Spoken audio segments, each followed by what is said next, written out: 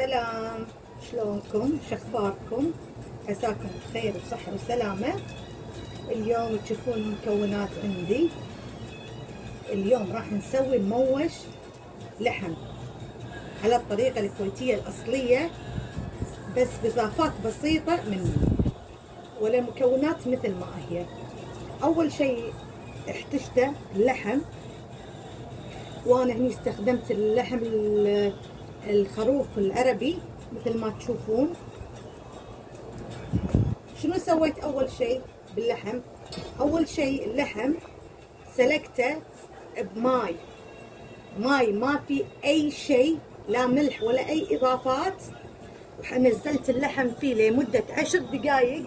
اتأكدت إنك كل صفرة طلعت منه، مع أن اللحم العربي الصغير ما في صفرة، بس أفضل طريقة حق اللحم لما نستخدمه. غليته لمدة 10 دقايق، بعدين كتيت الماي كله، تخلصت منه وغسلت اللحم. الحين عندي اللحم كذي مو مستوي، بس غليته لمدة 10 دقايق. الحين نبي نغليه اللحم عشان نستخدمه حق المموش. مثل ما تشوفون لمدة 10 دقايق غليته وكتيته وغسلته وخليته. عندي هني جدر في ماي حار، بس ماي حار ما في أي إضافة. حطيته على النار يغلي شوي مثل ما تشوفون. بسم الله. عندي الحين الجدر في ماي حار فقط. الحين هذا الماي اللي بستخدمه حق المموش، حق العيش. ايش راح انزل بالماي الحار؟ راح انزل عندي هني حبة واحدة من البصلة، قصيتها ارباع كذي 4. راح انزل 4 قطع من البصل. تقدرون تقصونها انصاص عادي، بس انا قصيتها 4 بهالشكل عشان تشوفونه قريب يكون بهالشكل. وراح انزل ورقتين من ورق القار، وعودين من الدارسين الغرفة، وتقريبا 6 حبات من الفلفل الأسود الحب، مع 4 أو 5 عوادة من القرنفل بهالشكل. راح انزلهم كلها بهارات صحيحة. 5 حبات من الهيل، وراح انزل 1 راس من الثوم. وهني استخدمت ملعقة وسط من الكركم، وملعقة وسط من فلفل اسود البودر، وملعقة اكل من الملح. راح انزلهم الحين كلهم مع بعض بالشكل. وراح احرك شوي بالشكل، واخليه يغلي على الاقل 5 دقايق. عقب ما حطيت كل المنكهات الكاملة اخليه يغلي لمدة 5 دقايق او 7 دقايق شوي كذي بهالشكل. اخليه يغلي. الحين ابدي انزل قطع اللحم اللي عندي، اللي انا غليتها لمدة 10 دقايق، خلصت من الزفرة كلها، غسلته. الحين ابدي انزله بالشكل. نزل قطع اللحم اللي عندي. بسم الله.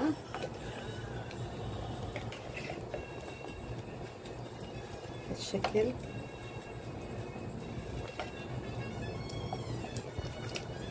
بالشكل. وابدي احرك كذي. طبعا اللحم اذا كان عندكم لحم الخروف صغير نهيمي، ياخذ تقريبا ساعة على النار. واذا عندكم جدر الضغط ياخذ نص ساعة بالكثير. واذا كان عندكم اللحم الخروف اكبر ياخذ ساعة وربع على النار بالجدر العادي. الحين انا حطيت كل المكونات مع بعض وبغطيه وبخليه لمدة ساعة يستوي عندي اللحم. ارجع لكم عقب ما يستوي عندي اللحم، خليكم معي. بس قبل خليكم معي، خليني اقول لكم المكونات راح نحتاجها حق مموش اللحم، اللي هي عندي هني 2 كوب تقريبا من الرز البسمتي مغسول ومنقوع لمدة ساعة. وعندي هني بس ثواني خليني اتيبشه.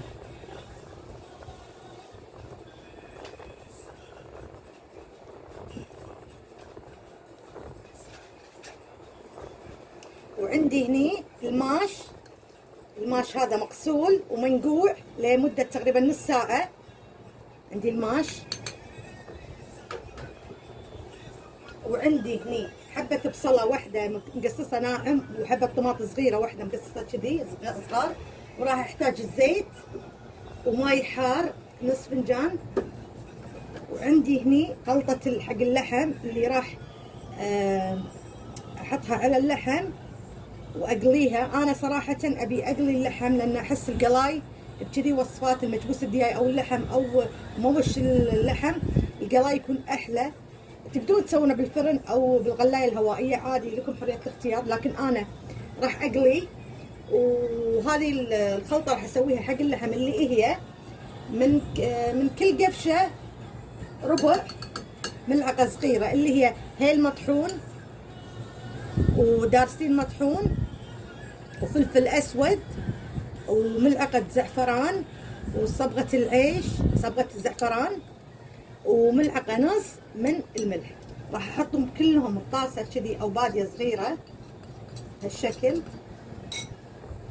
وراح اضيف عليهم تقريبا ربع كوب من الماء الحار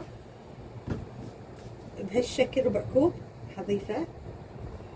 وراح اضيف عليه الزيت النباتي العادي بهالشكل، وراح اخلط كل شيء مع بعض بهالشكل. ما تشوفون هذه الخلطة راح استخدمها حق دهن اللحم فيها واقلي.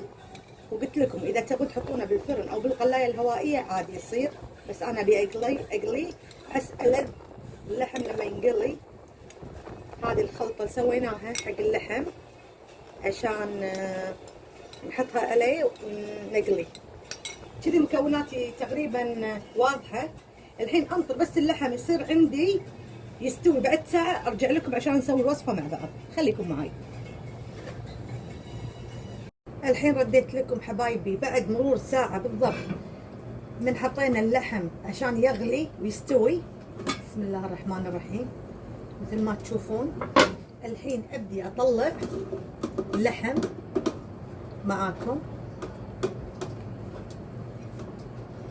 هالشكل. ما شاء الله ريحة البيت كلها ريحة اللحم، صدق ريحة ذبيحة لحم. هالشكل نطلع قطع اللحم هالشكل. تشوفون شلون اللحم قام يطلع من العظم هالشكل. تشوفون لحم ذاب صار لين.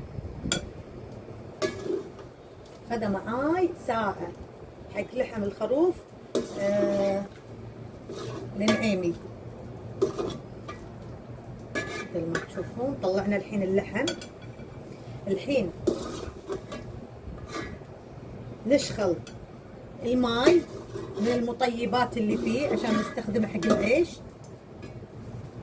ثواني بس اشخل الماي وارده بنفس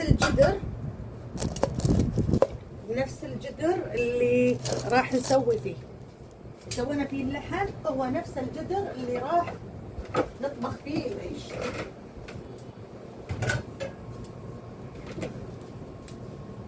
الحين اصفي الماي من المطيبات اللي فيه. بسم الله الرحمن الرحيم.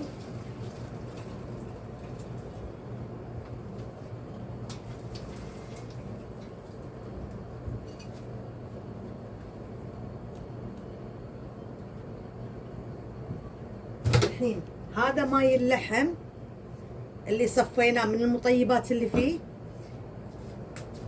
بنفس الجدر راح نستخدمه حق العيش. طفي هذه النار. هذا اللحم بعد ما استوى تشوفون شلون صار اللحم ذاب. تشوفون شلون ذايب اللحم. تشوفون من كثر ما هو ذاب حتى العظم طلع منه بهالشكل. اللحم ذايب وريحته تجنن. الحين نخلي اللحم عشان ننتبله قبل لا نقلي. الحين نبدي نسوي بهالمرحلة نسوي العيش مع بعض. نولع النار بسم الله على نار عالية بهالشكل. ونبدي نحط تقريبا قفشة أكل من الزيت النباتي، تقدرون تحطون سمنة عادي.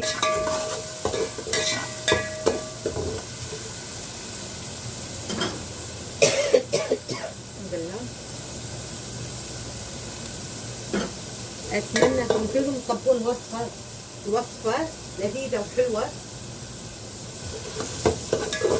في ناس تسميها يعني هو مكبوس لحم، بس مكبوس لحم بالماش يسمونه، اللي هو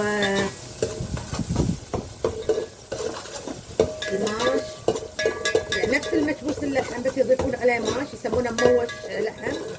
الحين ذبل البصل انزل حبة طماط. ليش نزلتي حبة طماط؟ لان الطماط يعطي لون حق العيش، يعطيه اللون البني. في ناس تضيف ثوم، في ناس تضيف كزبرة، في ناس تضيف شبنت. انا ما افضل انزل الكزبرة والشبنت والثوم بهالمرحلة، لان احس المكونات هذه تصلح حق المربين اكثر. فانا راح اكتفي بالبصل وحبة طماط صغيرة واحدة بس حق اللون. انطر شوية يدبل. اعوذ بالله من الشيطان الرجيم. انطر يدبل شوية طماط.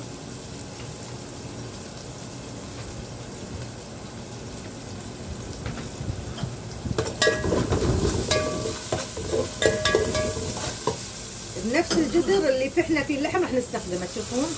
انطر شويه يدبل. راح نسوي العيش بماي اللحم، لان الماي عندنا نظيف. اول واحد لما غليناه قطيناه، هذا الثاني حطينا فيه مطيبات وفحنا فيه اللحم عشان يعطينا العيش الصحيح حق مكبوس اللحم. الحين ابدي اضيف اللي هو نص كوب من الماش مغسول ومنقوع نص ساعه او ساعه عادي، كل ما نقعتوه احسن. ما نفوحه، ما نغلي، لا بعدين راح ينهرس معانا، ما ينقلي. هو يتنقع بس لمده نص ساعه او سبل. حطينا الماش، هذا الماش الصغير، مو الماش اللي نستخدمه حق الكشري، لا هذا الماش الصغير، مو الماش المتين هذا، لا. اخليه شويه مع الزيت والطماط والبصل.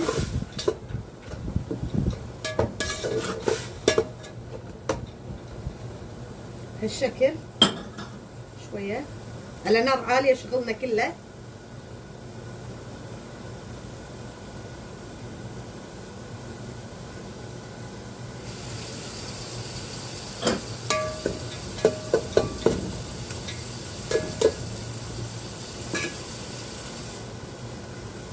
الحين ابدي انزل البهارات اللي عندي حق العيش، اللي هي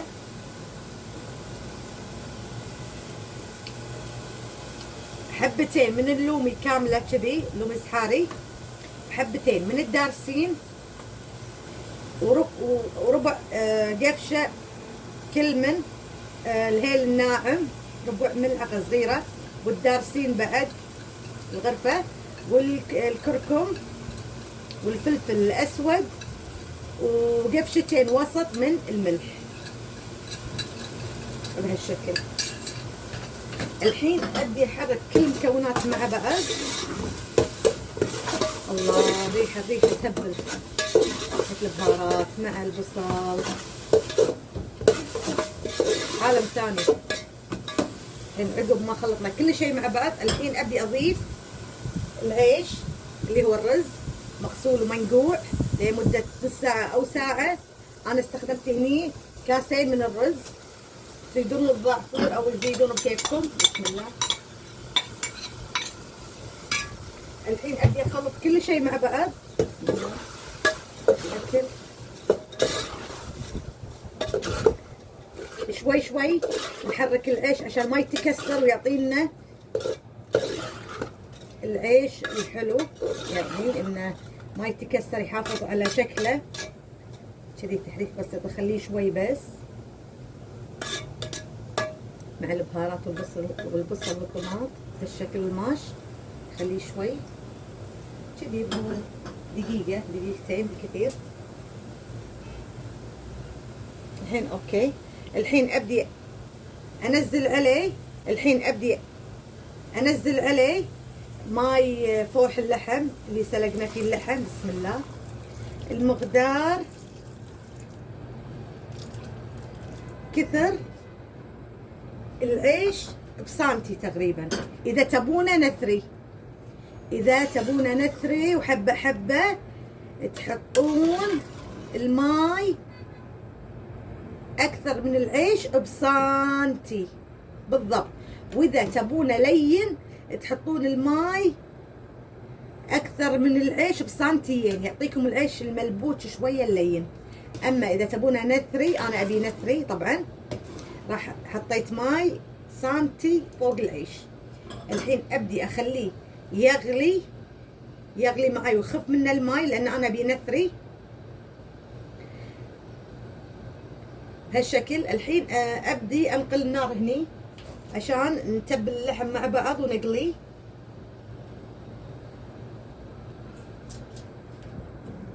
خله هني عشان يغلي معانا هالشكل. خلي الجدر مفتوح. الحين هذا اللحم اللي شفناه مع بعض نبدي شو نسوي؟ نبدي نتبل اللحم مع بعض بالخلطة اللي سويناها قبل شوي، بالبهارات اللي استخدمناها. يعني بفرشة او اي آلة عندكم تستخدمونها حق اللحم كذي، نطبطب على اللحم كذي بهالشكل. اول شي نحط القفشة احسن، بعدين هالشكل نحط على اللحم كله. طعم التتبيلة تهبل ريحتها هالشكل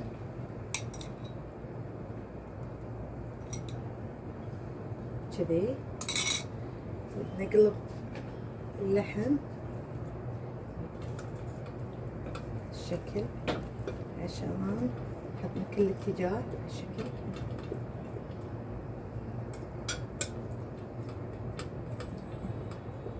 كذي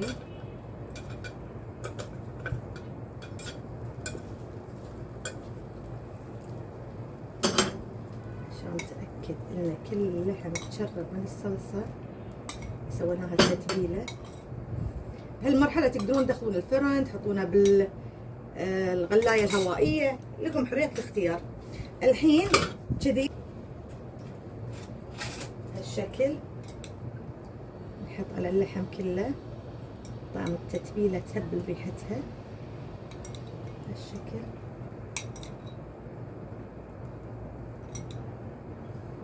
كذي.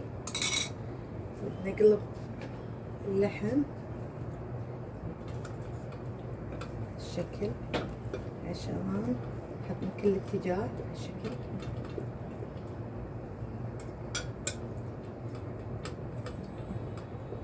كذي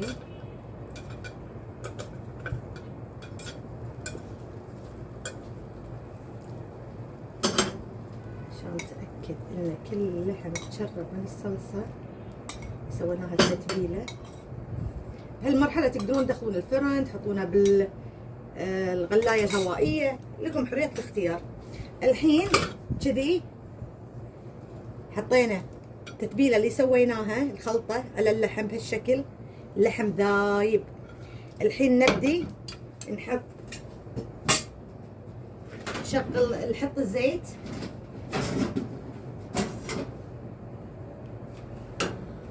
على نار عالية هالشكل.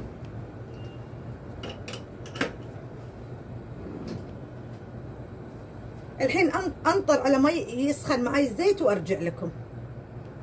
الحين رجعت لكم بعد ما غلى معاي الزيت صار حار. ننزل قطع اللحم اللي عندنا.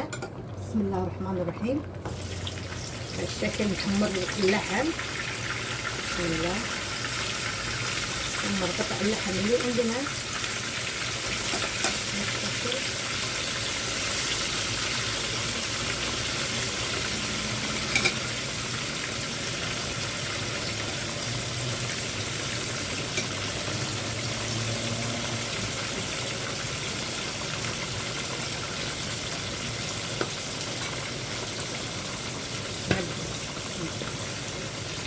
نقلي اللحم. الحين انا حطيت جدر العيش على نار اكبر، على نار عالية، عشان شوية الماء يخف من عندي، عشان ابدي اسوي عشان ابدي اقصر على الفولة. مثل ما تشوفون هذا العيش شوي شوي قاعد يخف مايه. للحين ما قصرت عليه ولا غطيته، لان انا مثل ما قلت لكم ابي نثري، يعني حبه حبه بالشكل. اخليه يخف من الماي شوي، اخليه لحد ما يخف الماي واقلي اللحم واخلص وارجع لكم. الحين رجعت لكم بعد ما خف الماي عندي مثل ما تشوفون. خف الماي عندي كذي. حطيت الحديدة الحين تحت العيش وحركة كذي شوية بس، ما كسره، شوي شوي كذي. الحين اخلي العيش على نار هادية يخدر لمدة 20 دقيقة، وبعدين راح يكون العيش جاهز معاي. هني عقب ما قليت اللحم مثل ما تشوفون حمرت اللحم. الحين ابدي انزل اللحم على العيش بهالشكل. بسم الله، بهالشكل نزل اللحم كله على العيش، حطه على جنب كذي بهالشكل، ونغطي الجدر على نار لمدة 20 دقيقة ويكون العيش عندنا جاهز. خليكم معاي عقب ما يخلص العيش. الحين رديت لكم حبايبي بعد ما مر تقريبا 20 دقيقة على العيش لما تخدر. الحين يكون جاهز معانا عشان نقدمه. اول شيء نشيل قطع اللحم نحطها بصحن بالشكل شوي شوي، لانه ذايب اللحم. بسم الله، انا بيدي فتت كله معانا. نحطه بصحن عشان ننشب العيش، نقرفه، بعدين نحطه فوق العيش اللحم اللي سويناه هالشكل. نشيل حبات اللومي عشان ما ينهرس معانا. الحين ابدي احرك العيش شويه. تشوفون شلون العيش نثري؟ هذا اللي ابيه، شلون نثري هبل. الحين ابدي اجيب، بسم الله، خلص من الحديده بالشكل. الحين نجيب الصحن الكبير او القنچه اللي بنحط فيها العيش، نبدي نغرف. بسم الله الرحمن الرحيم بالشكل. واي ريحة العيش تينن. تشوفون شلون نثري ويهبل؟ تشوفون شلون لون العيش شلون؟ هذا تقريبا موش اللحم، هو مثل مكبوس اللحم بس مع الماش. الناس تسميه موش لحم، بس ألذ من مكبوس اللحم أحس، أو نوع من التغيير عن الطريقة المعتادة هالشكل. شوفون العيش، حبات العيش شلون نثرية ومستوية هالشكل.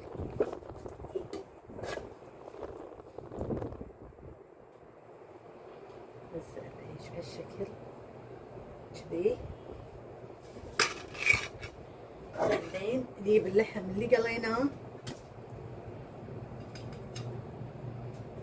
احاول اشيله كذي عشان ما يتكسر معاي، يتقطع قصدي، يتفتت كذي. احط اللحم بالنص، قطع اللحم هالشكل كذي، وزعهم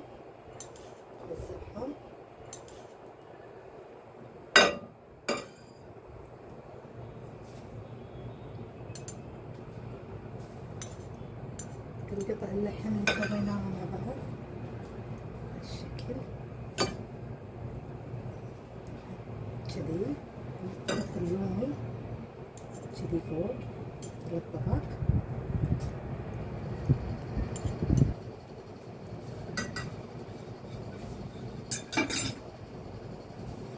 وكذي تكون وصفتنا جاهزة عشان نصورها مع بعض تكون واضحة. نقدم طبعا معاها دقوس الكويتي والمعبوج. انا ما سويت الدقوس معاكم لان مسويته قبل هالمره، وعشان الفيديو ليس طويل الحين اصوره لكم عن قرب عشان تشوفونه. والحين اصور لكم موش اللحم عن قرب عشان تشوفونه واضح، تشوفون حبات العيش شلون نثري، تشوفون الحبه شلون طالعه طويله، تشوفون العيش شلون نثري مو لين. واذا تبونه لين مثل ما قلت لكم ريحة الموش ينن. وهذا اللحم العربي بعد ما تبلناه وقليناه تشوفون الشكل، ريحة خنين ريحة خنة ريحة البهارات والمكبوس، اللحم الموش تشوفون شكله. وقدمنا معاه طبعا المعبوج، قدمنا معاه الدقوس الكويتي، تشوفون الجمال. تشوفون اتمنى انكم تطبقون الوصفه لان الوصفه وايد حلوه وسهله زين ونوع من التغيير، وهي اساسا طبخه كويتيه قديمه معروفه موش اللحم. وحبيت اليوم تشاركوني الوصفه واسويها معاكم عشان تطبقونها وتسوونها. واللي دائما يسوي يعني مكبوس لحم عادي خليه يجرب طريقه موش اللحم، وايد ألذ وحلو من المكبوس العادي ونوع من التغيير. وحبيت اليوم تشاركوني الوصفة، وهذه كانت وصفتي لكم اليوم، موش اللحم على طريقتي وعلى الطريقة الكويتية الأصلية بس بمكونات بسيطة مني. وأتمنى أنكم تشتركون بالقناة وتفعلون الجرس عشان استمر معاكم أكثر وأكثر بوصفات جديدة، ونطروني بوصفة جديدة. مع السلامة.